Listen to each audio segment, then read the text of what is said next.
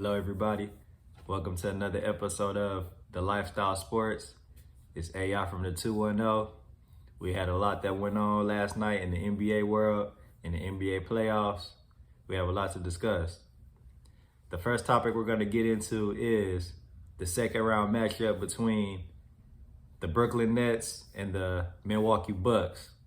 This upcoming second round series, I feel like it's going to be a great series. I can't wait to get into this.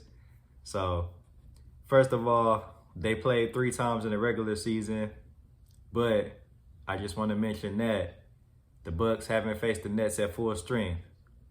So, I feel like that's going to make a big difference in the playoffs, but I feel like we should at least start there to compare to see what they're going to get themselves into, to see why this is going to be a great series. So, when we look at the regular season comparison, out of the 3 games they played, the Bucks won 2.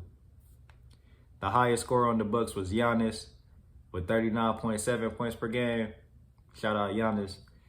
And then on the Nets, we had KD with 34.7 points per game.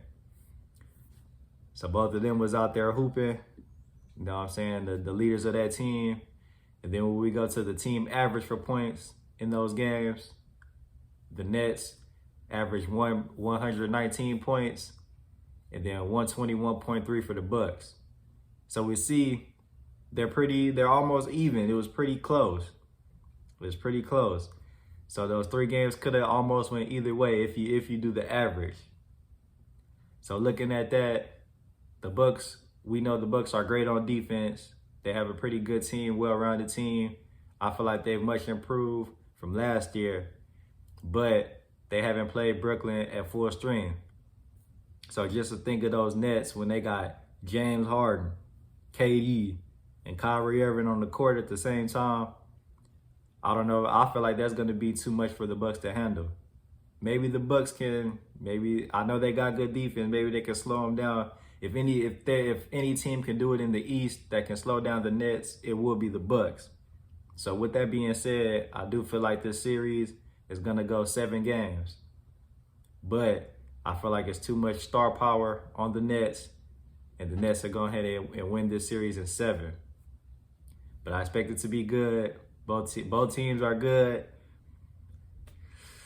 This is the matchup we've been waiting for in the East. I feel like this is going to be it. I know the conference finals will be lit as well, but I feel like this is that series that we'll be wanting to see in the East, where it's going to be real competitive, a lot of great basketball, a lot of talented players, but Nets in 7. The first game we're going to get into from last night was the Knicks and the Hawks, Game 5. The Hawks sent the Knicks home 103-89.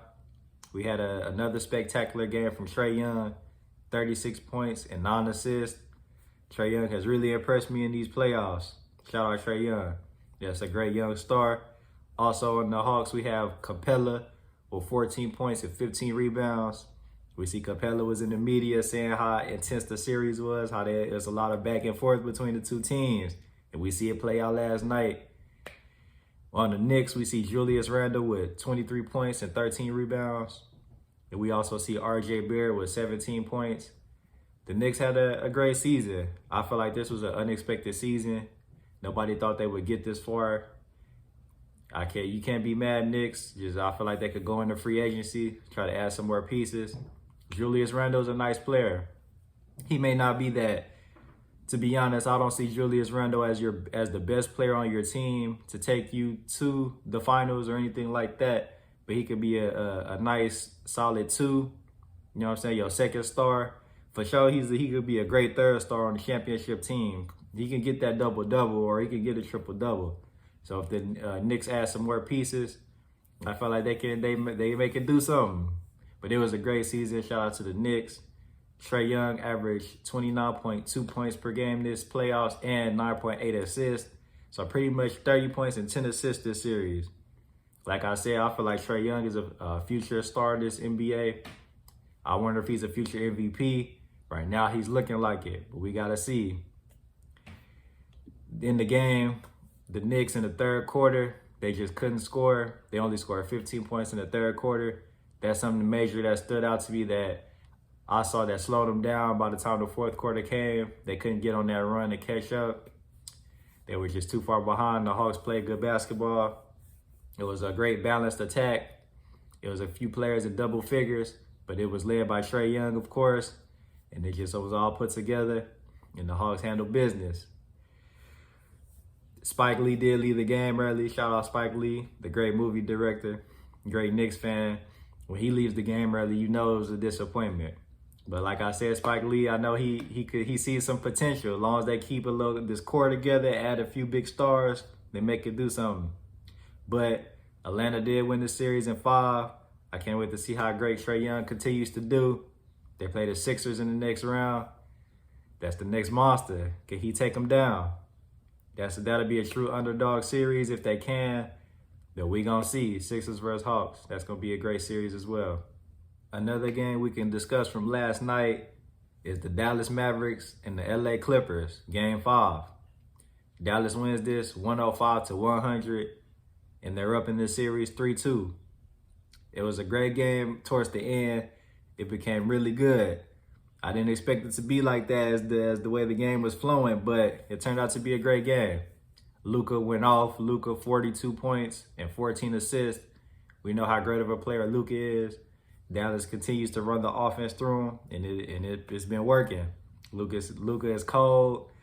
He's a very smart player, and he knows where everybody's at on the court. I love the way Luka plays. Great player, great young player, future MVP in this league. Tim Hardaway Jr. added 20 points. He can get you a bucket whenever you need to.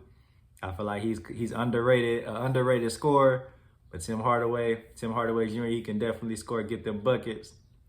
When we look at the Clipper side, Paul George, double-double, 23 points and 10 rebounds. Great game from Paul George. He did what he could. Look at Kawhi Leonard, 20 points, 5 rebounds, and 5 assists. Shout out Kawhi Leonard. You know, he did what he could as well. It was a close game. At first, I feel like Dallas always had control of the game, but when we got towards the fourth quarter, the Clippers picked it up, and they almost stole this. They almost took it, you know what I'm saying? They came back.